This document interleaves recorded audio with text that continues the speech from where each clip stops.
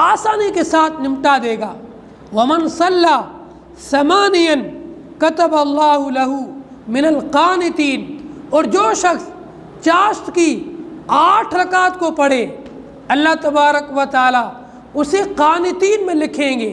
قانتین ایمان والوں کا ایک بہت ہی اونچا درجہ ہے، جو اللہ کی یاد میں رہنے والے، اللہ کے سامنے خشوع اور خضوع کرنے والے، اللہ سے ڈرنے والے، انہیں قانت بولتے ہیں، قانتین کہتے ہیں۔ یہ ایمان والوں کا ایک اونچا درجہ ہوتا ہے، اس درجے تک پہنچ جاتے ہیں۔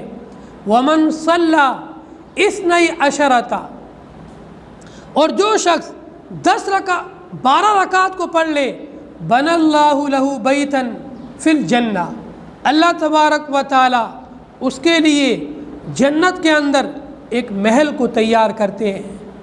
چاشت کی نماز پڑھنے پر اتنی ساری فضیلتیں ہیں کہ اگر کوئی شخص چاشت کی صرف 2 رکعت پڑھ لے، اس کے بدن کے اوپر ہر عضو پر، ہر جوڑ پر جو صدقہ لازم ہوتا ہے، یہ 2 رکعت پڑھنے کی وجہ سے اس کا صدقہ ادا ہو جائے گا۔